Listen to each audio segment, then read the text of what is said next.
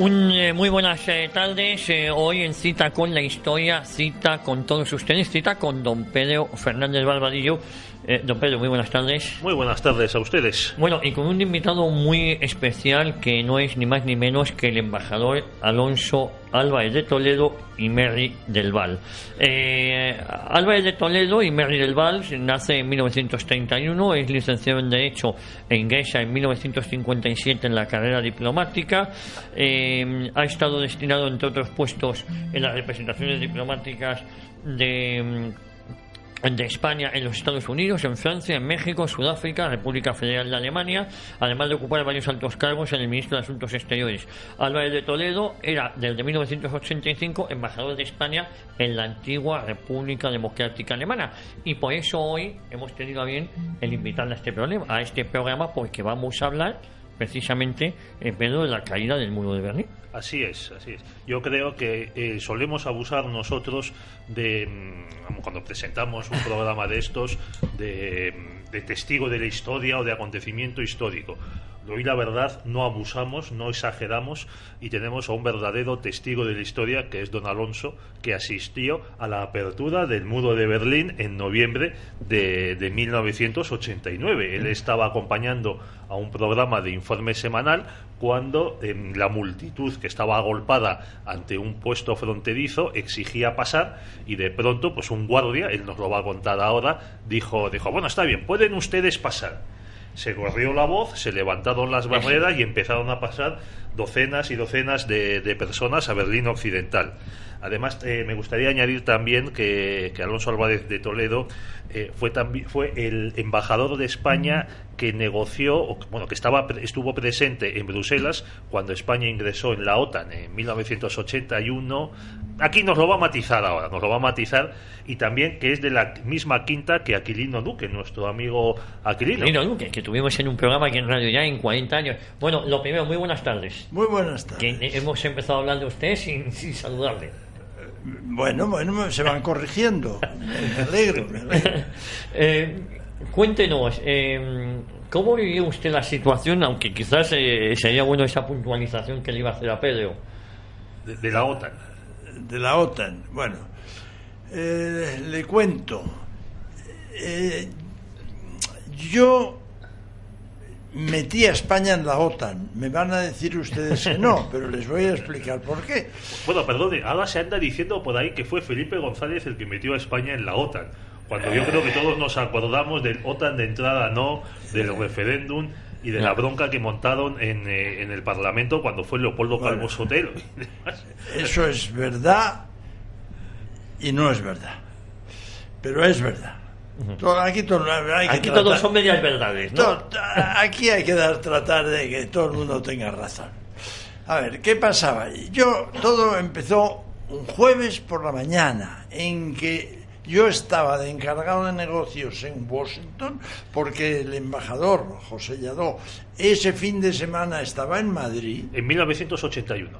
En 1981. Para que nuestros oyentes se sitúen. Y ese jueves me llama por teléfono el ministro de Asuntos Exteriores José Pedro Pérez Llorca, y me dice: Alonso, necesitamos meter a España en la OTAN antes del lunes, porque si el lunes a primera hora, y aquí es antes que en Estados Unidos, hay en las Cortes, el Partido Socialista tiene prevista una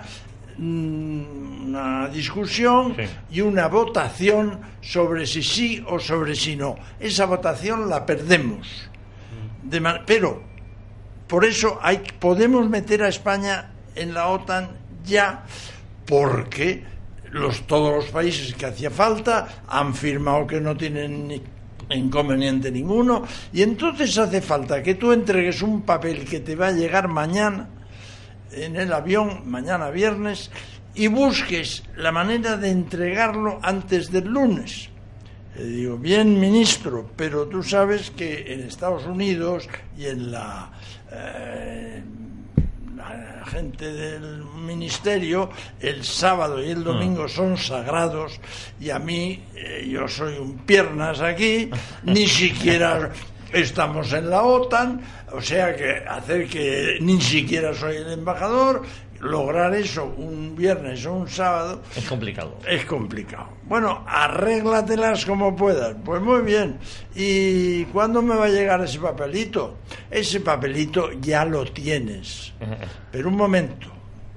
Lo tengo, pero la firma ya la ha firmado el rey, etcétera.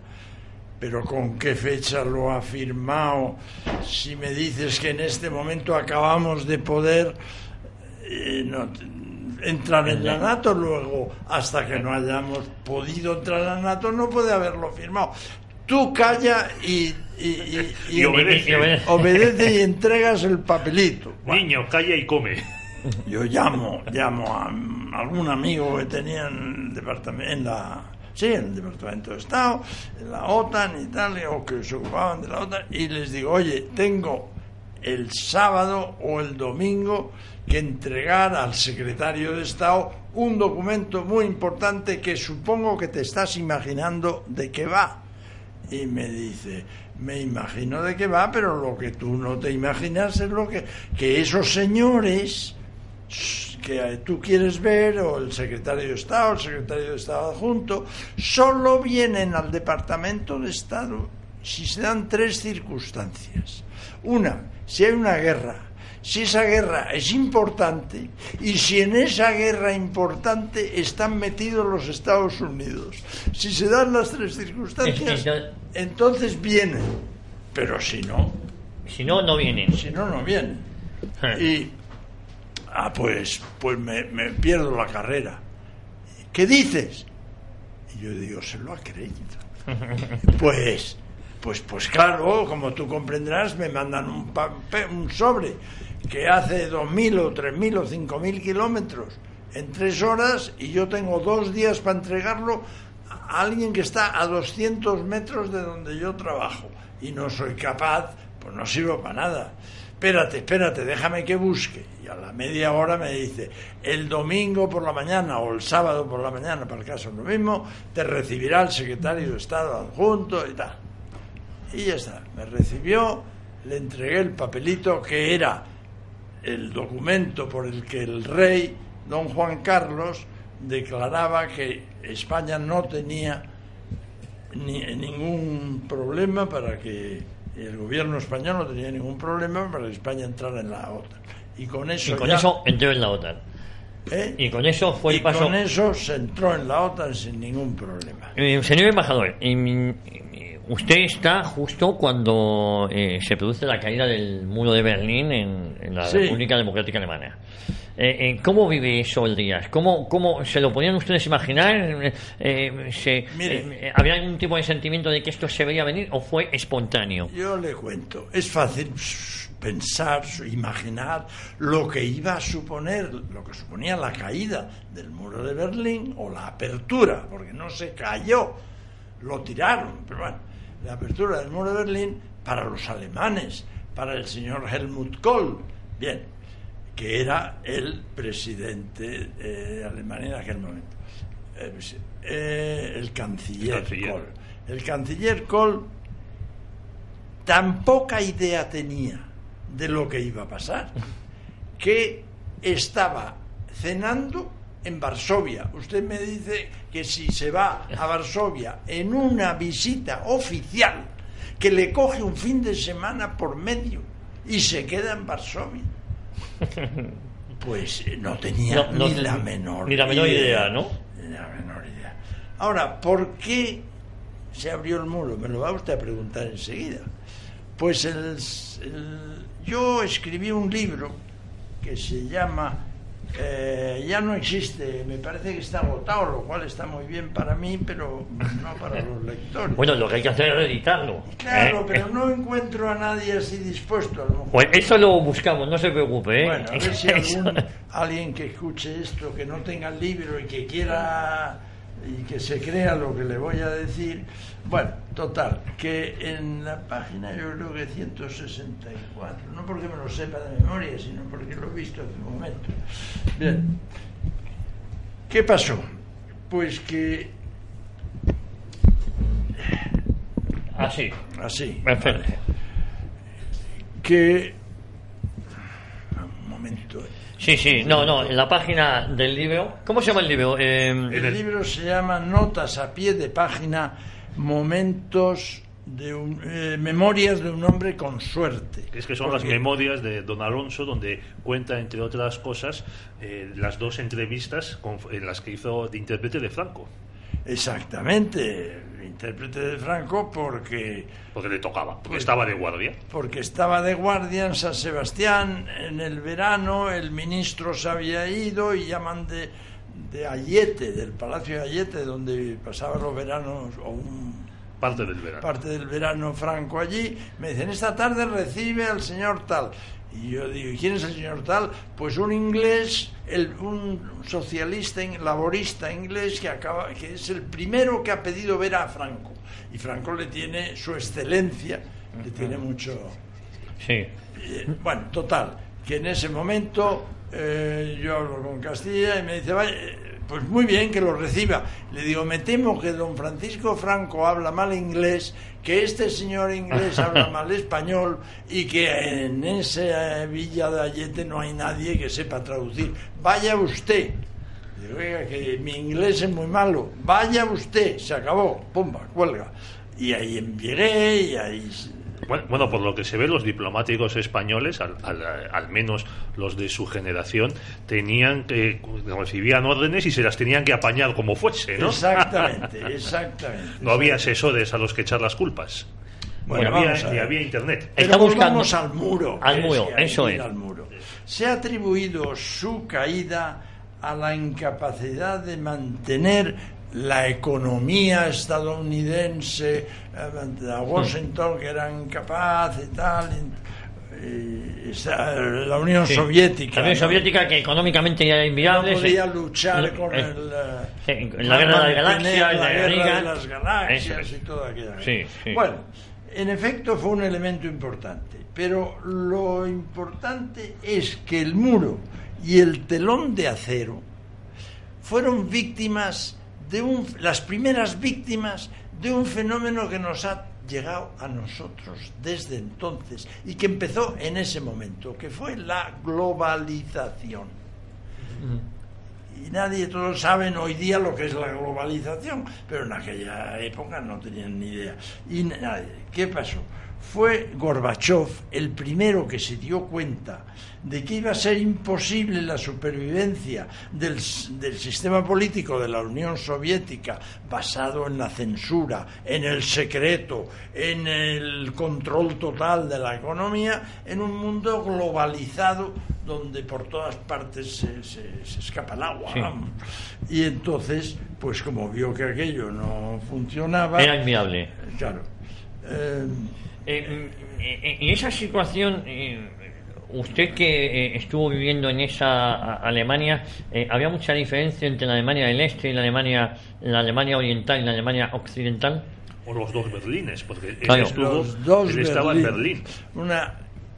Mire, mi mujer, que vivía conmigo en Berlín Este, se negaba a ir aunque estuviera una cena esa noche, y se negaba a ir a la peluquería en Berlín Este porque el jabón era de tal calidad que le estropeaba el pelo para 2 meses. Pero bueno, esto es casi una broma, pero bueno. Bueno, usted cuenta, me parece, en sus memorias, que dudaba mucho de la efectividad o de la capacidad militar de las tropas soviéticas cuando se encontraba tanques aparcados en los arcenes, tanques estropeados que salían y del cuartel salían 10 tanques y volvían 3 o 4 porque los demás se quedaban por el camino, y esas eran las tropas escogidas. Y después eso puede pasarle a cualquiera que se estropee un carro de combate o lo que sea, pero lo que no es normal es que a los 3 días uno pase por esa carretera y vea ese vehículo ahí y dice, pero llevan 3 días. No es eso, es que 200 metros más allá está roto averiado y esperando que vengan a recogerlo, el vehículo que el alto mando mandó para recoger a ese que se había roto. Era una incapacidad, nada funcionaba. Pero bueno, además, tampoco funcionaba que el muro se abrió por una equivocación. Eso es muy interesante. Lo que nos va a contar don Alonso es interesantísimo y demuestra cómo las torpezas o los actos de los hombres son más importantes que todas las leyes económicas y materialistas de la historia. ¿Cuál fue esa equivocación que nos han contado muchas veces, pero que además usted fue testigo directo porque estaba con un equipo de televisión española, ¿no? El informe semanal. Exactamente. ¿Qué pasó? ¿Cuál fue esa equivocación que da lugar a la caída del muro o a la apertura del muro, mejor dicho? Bueno, ahí digamos que hay 3 equivocaciones lo más importante es que hay un experto del Ministerio de Gobernación que le dice su jefe, el ministro del Interior, que prepare el texto por el cual el muro se va... las aduanas. No, los ciudadanos de la RDA van a poder viajar a donde quieran, al oeste. Y entonces este señor escribe un texto que se lo da. Y en ese texto dice, me parece que es un viernes, y dice que entrará en vigor el lunes. Y es el último párrafo de todo decreto que se ha hecho, que todos los gobiernos han hecho en el mundo, terminan con el mismo párrafo. El contenido de lo anterior entrará en vigor el tal. Bueno, pues eso era una línea y media que estaba en la segunda página de una primera página donde decía que el Congreso de la República Democrática Alemana había adoptado bla bla bla bla. Pero ¿qué pasó? Que se lo dan al ministro portavoz y le dicen, léete esto que lo vas a decir luego en la conferencia de prensa. Lo coge y coge solo la primera página y se deja en el bolsillo la segunda. Como eso sale en televisión y yo había visto el documento antes que tenía 2 páginas y veo que solo tiene una, ya me extraña a ver qué va a pasar aquí. Bueno, cuando llega el momento, este señor le pregunta, dice, ¿cuándo? ¿Es cierto, le pregunta en la conferencia de prensa un periodista, ¿es cierto que los alemanes del este van a poder viajar a todo el mundo? Sí, pero eso estará en algún documento. ¿Cómo no? Está en un documento. Y se saca del bolsillo una página y dice, lee un poco de esa paja. De esa paja. No, esa paja no, porque ahí ¿no? Dice que todos los podrán viajar a todo el mundo, todos los ciudadanos de la ciudad. Lo que no dice es cuándo va a entrar en vigor. Y hay un periodista italiano que, por cierto, vivía en Madrid, al que yo conocí. Entonces este hombre le dice, ¿y eso cuándo entra en vigor? Y el tío empieza a mirar, y como lo tiene en otra página en el bolsillo, que no se ha dado cuenta que se la ha olvidado en el bolsillo, pues dice, bueno, pues ya. Y la gente entonces salen corriendo de sus casas y se van al muro. En esa conferencia de prensa estaba el equipo de Informe Semanal, que se vinieron acá a la residencia del embajador inmediatamente porque estaban invitados a cenar y a tomarse una copa y tal. Como yo no sabía a qué hora, los periodistas no pueden ser siempre... No son gente seria. No son gente puntual porque no pueden serlo. Cosa que le pasa a muchos diplomáticos muchas también, veces. Eso es verdad. Y entonces, eso es verdad. Estos señores llegan a mi casa y me dicen, debe estar en la televisión, y vemos en la televisión y les digo, oye, pero si van al muro, si el checkpoint del muro, uno de los checkpoints está a 100 metros de mi casa, que allí tiene que estar pasando algo. Nos pues vamos y nos vamos ahí. Y ellos sacan las cámaras, porque en efecto hay policía que está tratando, policía de la RDA que está tratando que no se acerquen al muro, porque ahí no había muro, en ese trozo precisamente había verja. Y la verja se puede tirar si van 500 personas, pero ahí había 3.000. Entonces, en ese viene, sí, con las cámaras, y de pronto hay un policía que hace un poco de echa para atrás a la gente y dice: pueden pasar. ¿Qué dice? Pero sí, y le hacen unas preguntas que es: pero ¿qué documentación necesitamos? Ninguna. Pero si solo tenemos el documento de identidad, es suficiente. Bueno, levantan los hombros así como diciendo: pues a ver qué pasa, llevamos toda la vida aquí al lado y no nos dejan pasar, y ya nos dejan pasar, y se meten para allá. Bueno, con el tiempo yo a estos periodistas de Informe Semanal me los he ido encontrando muchas veces. Yo no les reconozco, pero ellos a mí sí, no sé por qué, pero son más listos, son más jóvenes, y me preguntan, no me dicen: ¿sabe usted que el muro se abrió porque nosotros, los de Informe Semanal, estábamos allí? Y le digo: bueno, pues en parte sí, en parte no. Y de pronto me encuentro, ya han pasado 20 años, estaba yo escribiendo este libro de mis memorias, y ya jubilado y todo, y me encuentro con un amigo y me dice: tú sabes que yo conozco y te puedo dar las señas del hombre que físicamente abrió el muro. Y yo: venga, dámelas ya.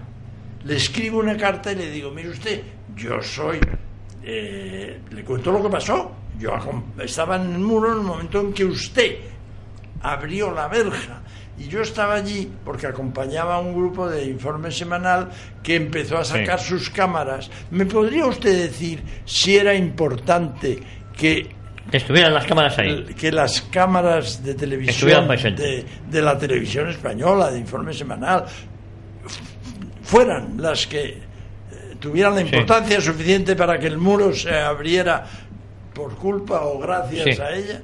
Y me contesta una carta muy amable y me dice: hombre, en parte sí. El hecho de que apareciera en la televisión, una televisión extranjera, allí, nos sentó fatal, porque la policía allí solo teníamos una posibilidad, o sea, dos: o nos liábamos a porrazos con la gente, aquello, claro, o abríamos el muro, porque eran miles de gente los que llegaban por culpa del portavoz que había dicho que ya entraba en vigor aquello. Bueno, ¿cómo era la relación, señor embajador? Espere, que falta lo más importante, porque me dice el tío: más importancia que la televisión, presencia de las cámaras de televisión española fue su propia presencia. Oiga, si usted se está queriendo quedar conmigo, ¿no? No, pero la presencia del embajador... Esto era por carta, sí, pero yo ya no era embajador. Y además, hacía 20 años que yo había estado contando con gente, con alemanes y españoles, le estaba contando esta historia, y ninguno me había dicho qué suerte que tuviste y lo viste, pero no por culpa. Y le dije yo: ¿por qué dice usted que el hecho de estar yo allí? Porque nosotros, al verle a usted, supusimos, como era lógico, que quería pasar al otro lado. Y nosotros teníamos la obligación de garantizar el paso libre y franco de todos los diplomáticos extranjeros que estuvieran en la RDA. Y como no le podíamos a usted dejar pasar, y al resto de las 10.000 personas que estaban allí, pues nos mataban a todos o lo que sea. Y lo mejor fue abrir, con eso ya pasaron y tal. Pedro. Bueno, pues acabamos de escuchar que don Alonso no es que fuese testigo de la historia, sino que fue actor de la historia. Fui actor, pero este policía, que muy listo, como solían ser los de la RDA, porque en estos regímenes durísimos el policía tiene que salvarse al final, resulta muy listo, me dijo: su presencia pues tuvo mucha importancia, pero no tanta como usted puede creerse. Hubo también otras muchas razones. Ya está.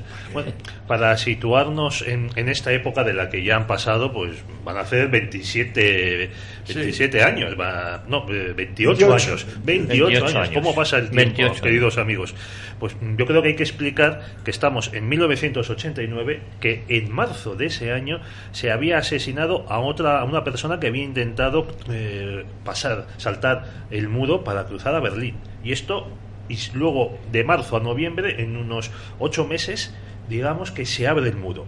Pero es que estamos en un momento de desmoronamiento del bloque socialista, como explicaba aquí nuestro invitado.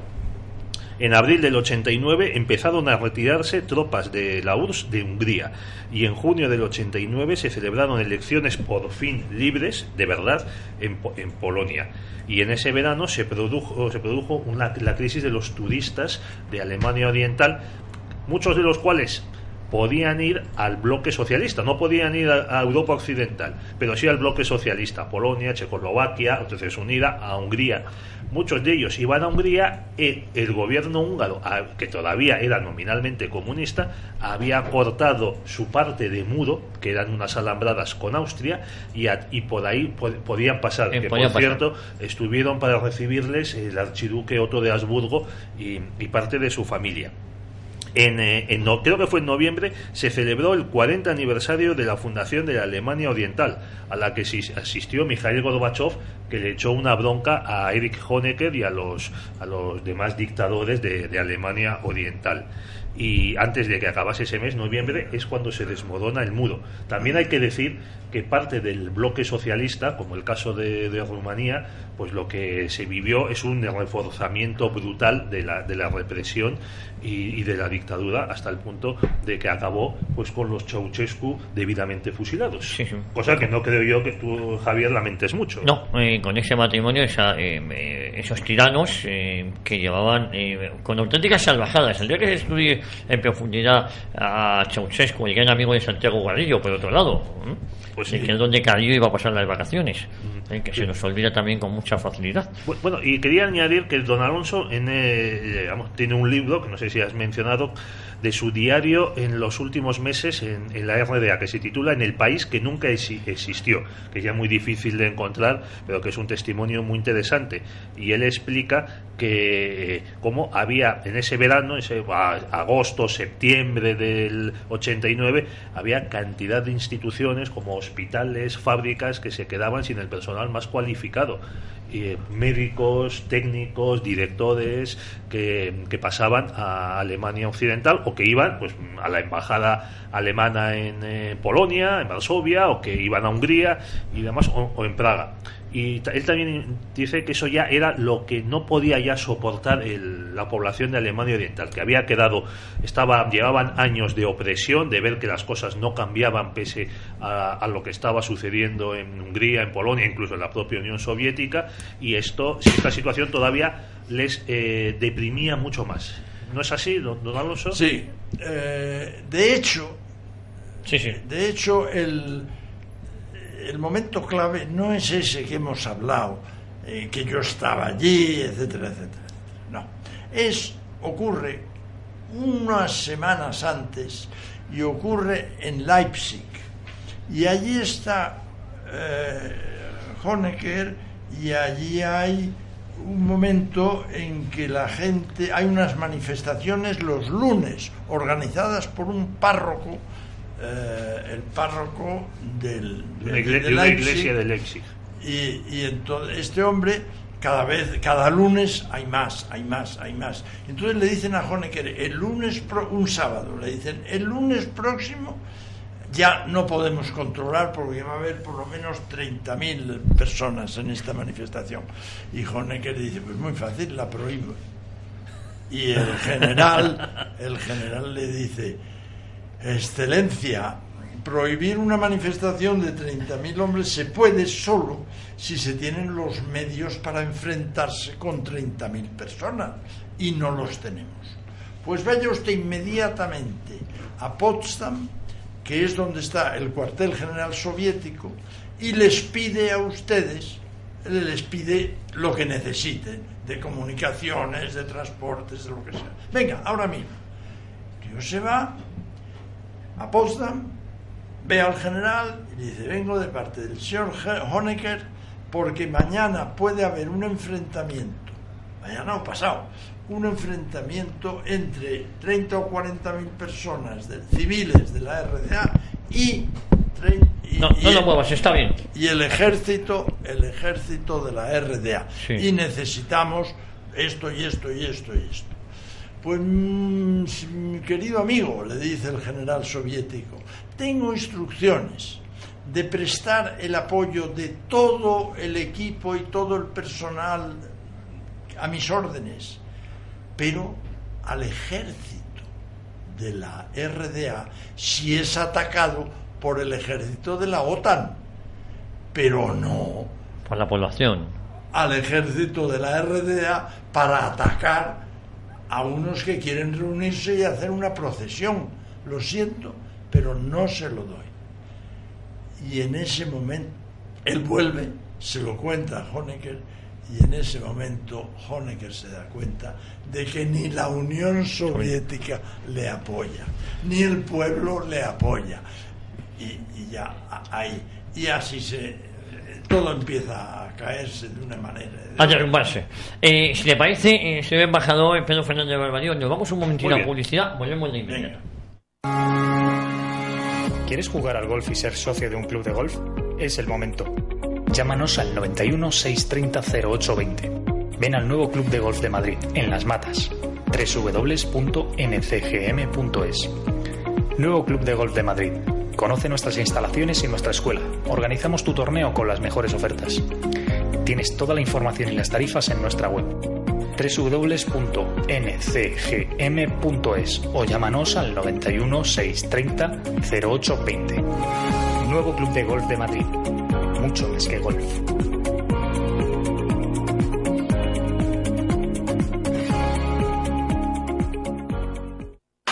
Porque hay niños en casa, una mascota o simplemente por el uso. Fictex, limpieza a domicilio para empresas y particulares. Fictex, limpieza de moquetas, telas, cortinas, tapicerías.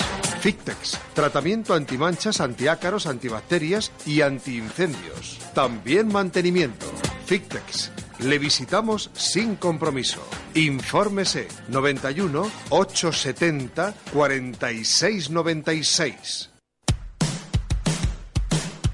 Consigue tu título de formación profesional de grado medio o superior. Todos los ciclos sanitarios e informáticos a tu alcance, con becas oficiales de la Comunidad de Madrid. Tú escoges modalidad presencial o a distancia. No lo dudes y ven a visitarnos. Te acercamos al mundo laboral. Llámanos al 682-204-358. Síguenos en Facebook y Twitter. Centro de Estudios Profesionales R 2012, Calidad Educativa.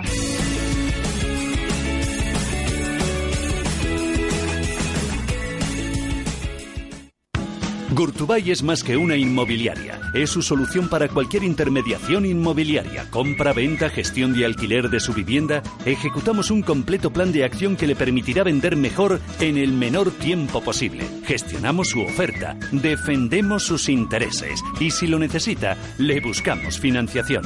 Gurtubay Soluciones Inmobiliarias, 91 882 29 69 o info@gurtubay.online.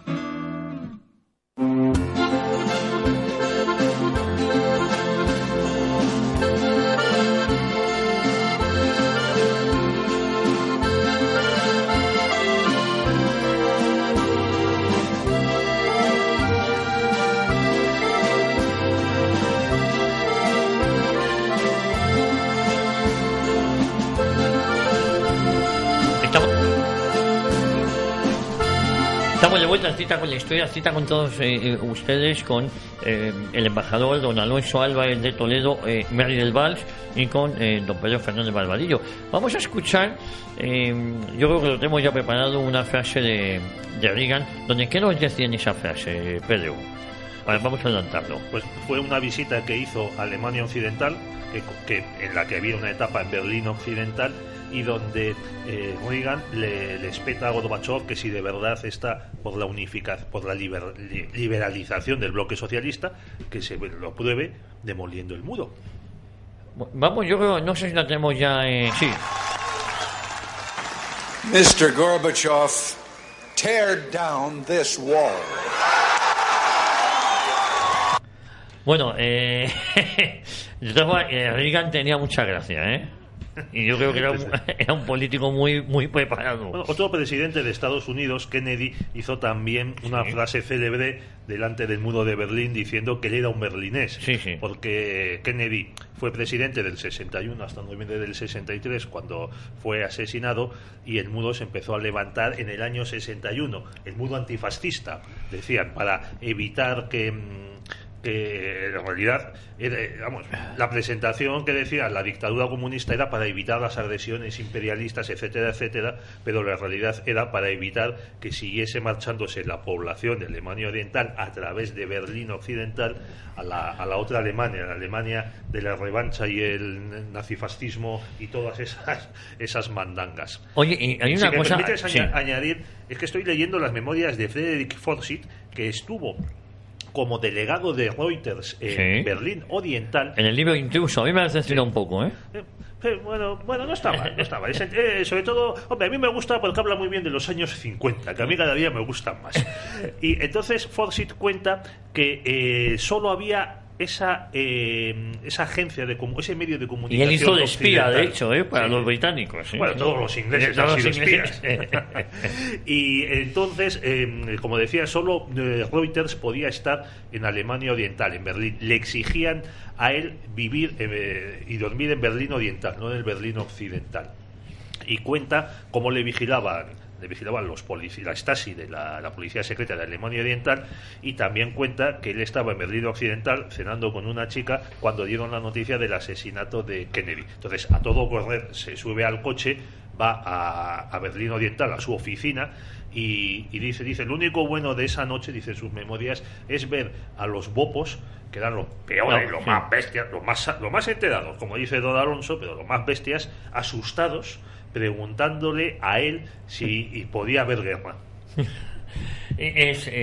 La verdad es que muy interesante lo que nos cuenta Fuense en sus memorias. Sí, sobre todo para que se vea cómo eran esos regímenes de despóticos, porque hasta don Alonso tenía una ficha de la Stasi que luego nos lo va a contar y demás. Pero yo creo que podemos hablar ahora del proceso de unificación, porque este programa lo hacemos con motivo del fallecimiento hace unas semanas de Helmut Kohl, que es el canciller que dirige la unificación. O sea, la CDU, fundada por Adenauer, y Kohl eran partidarios desde su fundación de la unidad de Alemania, de la unificación, aunque es verdad que, como nos ha explicado don Alonso, era algo que se veía a largo plazo.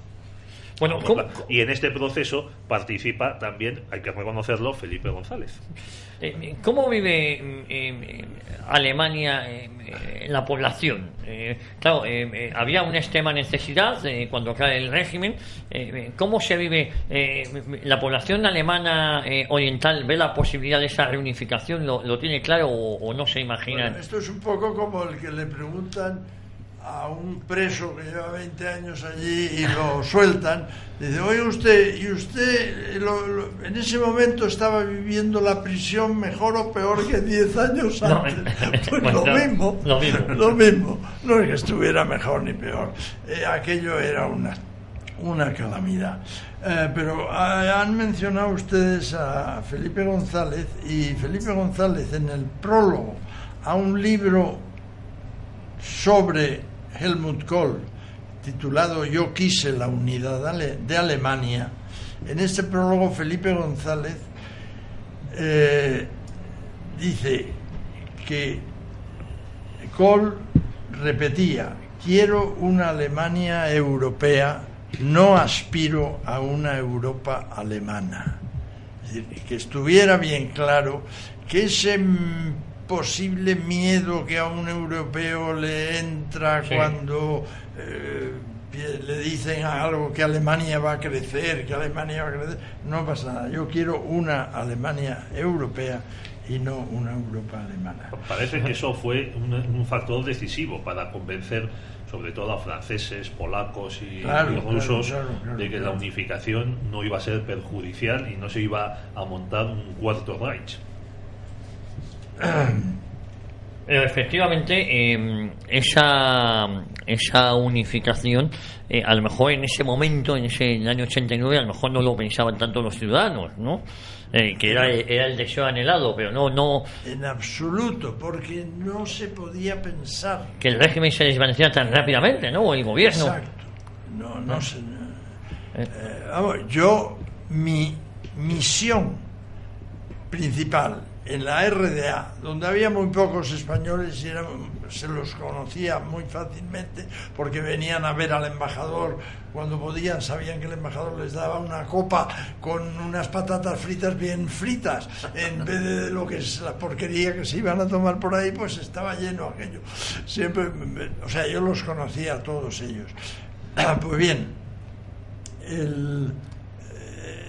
¿Felipe González? Felipe González, sí. Felipe González habla de Kohl, habla bastante de Kohl, sobre todo al principio del libro, y da 3 datos sobre Kohl: su sentido de la historia, su sentido de la familia y su sentido de la amistad. Entonces, es un gran admirador de Kohl, Felipe González. Y Felipe González, aparte de eso, señala a Kohl como un personaje clave en esta encrucijada por la que atraviesa toda Europa y sobre todo Alemania. Hay que pensar que en Alemania del Este ellos creían, y no dejaban de tener razón, que un gobierno, para ser fuerte, tiene que saber. Si ignora cosas, es prueba de debilidad. Cuanto más sepa, mejor. Entonces resulta que trataban de saber. Yo me llevé una desilusión enorme cuando cambia el régimen, caen los comunistas y no sé si habrán ustedes visto una película que se llama La vida de los otros, precisamente sobre el cambio en Alemania del Este, y en esa película se ve cómo uno de los protagonistas va al final, cuando ya ha caído el muro, porque quiere saber, él que pertenecía al gobierno de la RDA, qué sabía su gobierno de él. Entonces, bueno, pues lo sabe leyendo, y yo me pedí lo que había de mí en esa oficina, en una oficina donde se almacenaban las fichas, se almacenaron todos los papeles oficiales de la RDA, y me dieron 300 páginas de copias de conversaciones mías telefónicas, de cartas, y hay cosas divertidas. Por ejemplo, yo me di cuenta de que mis conversaciones telefónicas solo estaban cuando yo hablaba con el embajador francés, el inglés o el ruso o el de Estados Unidos, pero no con un pariente o con un amigo. ¿Qué pasaba? Que mi teléfono no estaba pinchado. El que estaba pinchado era el de los embajadores francés, alemán. Los únicos embajadores que tenían pinchado el teléfono eran los de las cuatro potencias. Los de las 4 potencias. Entonces, aquello me bajó mucho la moral, porque yo vi que no les interesaba yo para nada. Y es que, claro, España ni siquiera...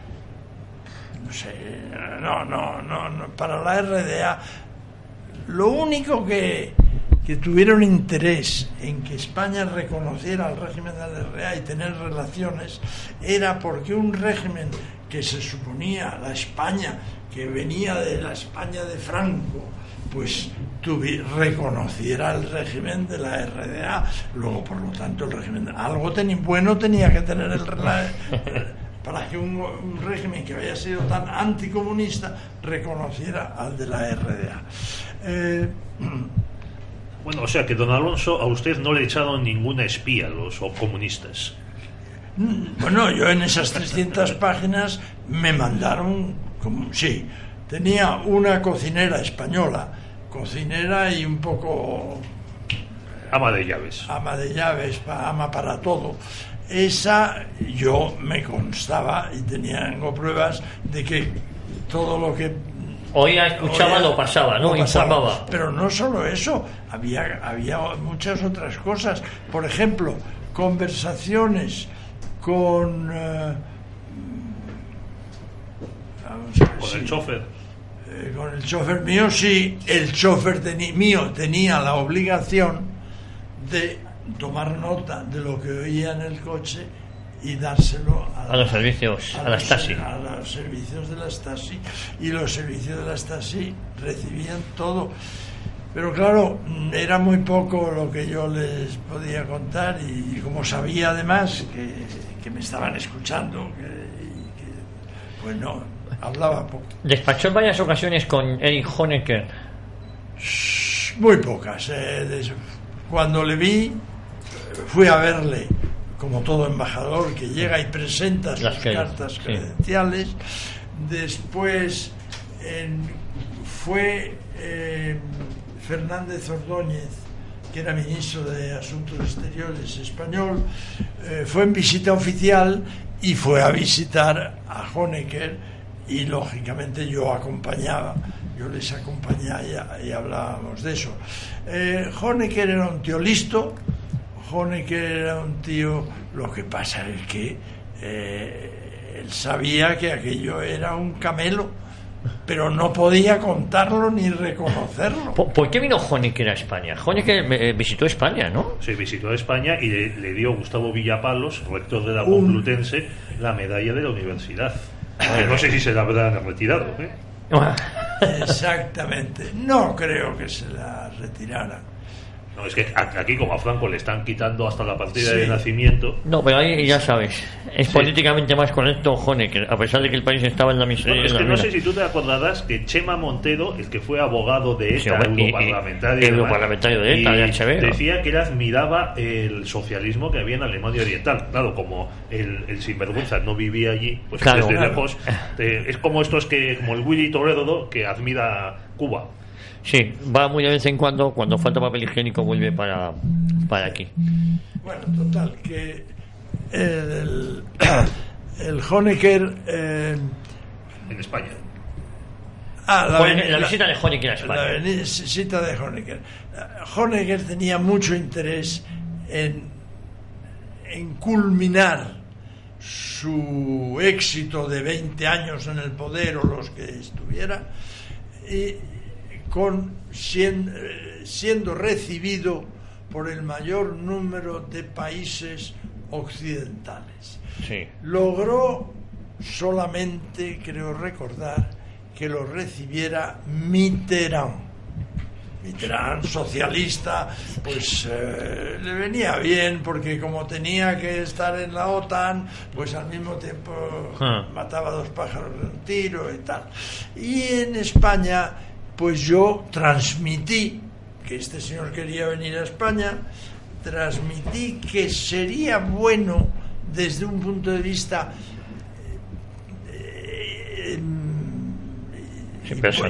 personal mío, porque yo tendría más fuerza,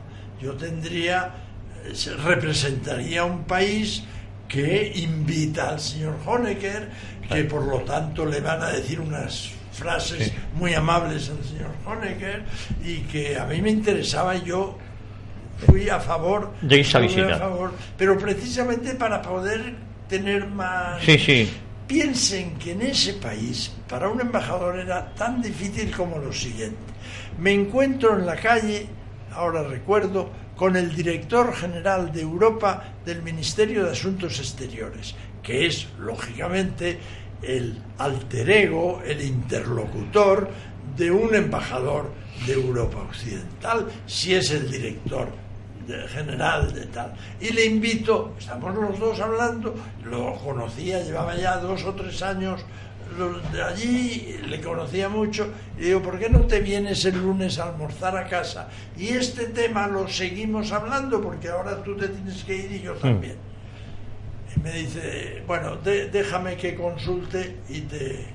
El director general de Europa Occidental no podía aceptar una invitación a almorzar de un embajador acreditado en Berlín Este sin pedir permiso a sus superiores. Sus superiores. Es decir, tenía sus superiores, que eran la Stasi. La Stasi. Mira, para unos datos para que sepan nuestros oyentes lo que era la Stasi. Para 17 millones de habitantes de Alemania Oriental, la Stasi la policía secreta disponía de 97.000 funcionarios y 173.000 confidentes. O sea, la Gestapo de Adolf Hitler tenía un agente para vigilar a 2.000 ciudadanos de Alemania. La Stasi tenía un agente por cada 63 ciudadanos. Eso sí que era el paraíso del burócrata policial. Bueno, hay que recordar que el muro costó su construcción, algún dato también, 16.155 millones de marcos en la Alemania Oriental, tenía 30 búnker y más de 300 torres de vigilancia. Y su caída efectivamente fue el 9 de noviembre, la noche del 9 de noviembre de 1989.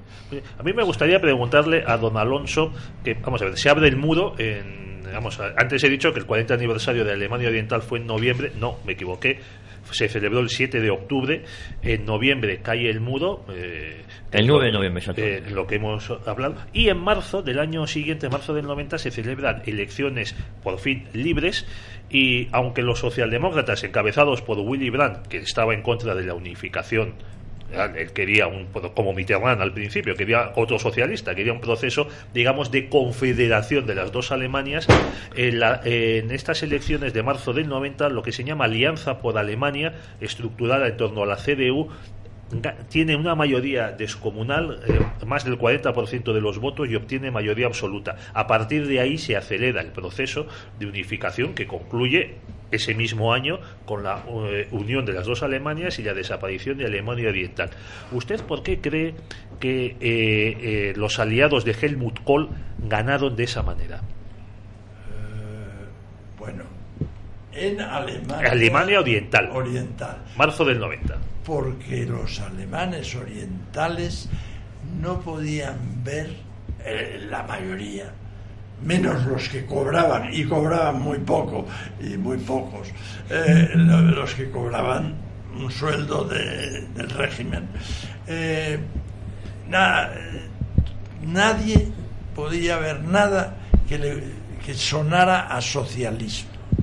Entonces el señor Mitterrand era muy poco atractivo, ¿no? Entonces la CDU y los aliados de la CDU, la Europa conservadora, les atraía una barbaridad, porque el señor Mitterrand de cuando en cuando le echaba un piropo al señor Felipe González. No, perdón, le echaba esto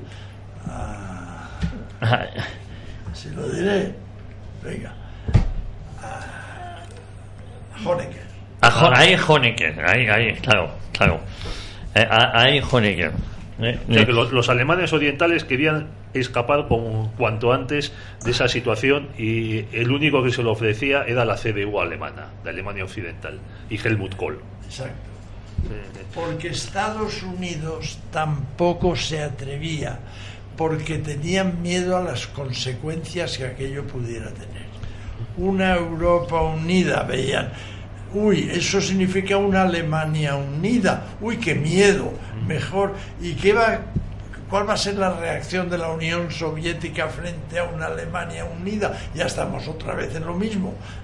No, poquito a poquito, mientras que la CDU pues iba mucho más adelante, y somos alemanes y queremos que nuestros hermanos alemanes sean libres. Ya está. Bueno, usted dice en el prólogo de su diario, en el país que nunca existió. En el país que nunca existió, a ver si lo decimos bien de una vez, dice en el prólogo: la existencia de un Estado reconocido internacionalmente, Alemania Oriental, no llegó a crear un país diferenciado. La increíble rapidez con que se ha llevado el proceso de unificación es también prueba de lo artificioso del montaje sobre el que se sustentaba su existencia en lo que se llamó el primer Estado socialista en suelo alemán. Aquello, por un lado, se hizo en muy poco tiempo, se hizo esto.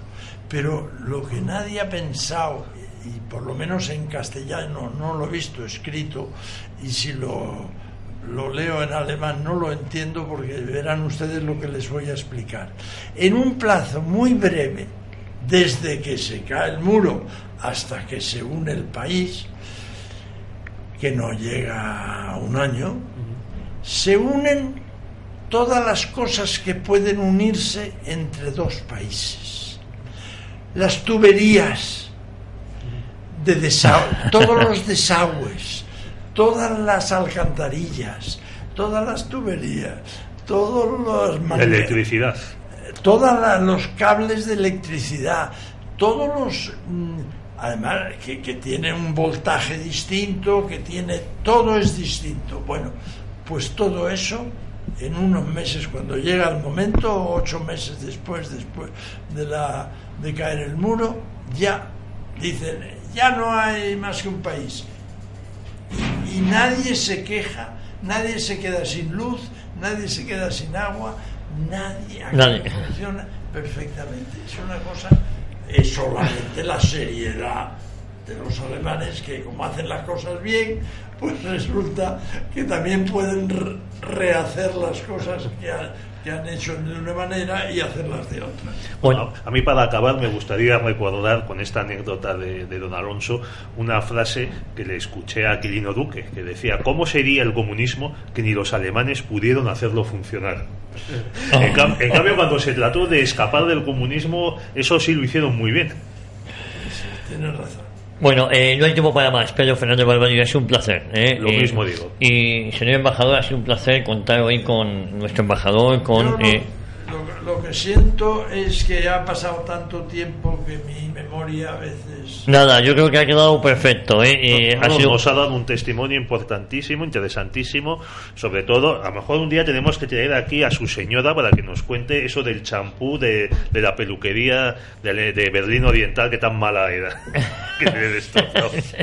Bueno, señor embajador don Alonso Álvarez de Toledo, Merry del Val, un placer haberle tenido aquí en los micrófonos de radio ya en Cita con la Historia. Muchas gracias. Y a todos ustedes, muchísimas gracias por su fidelidad. Nosotros prometemos volver, Dios mediante, la próxima semana aquí a Radio Ya, a Cita con la Historia.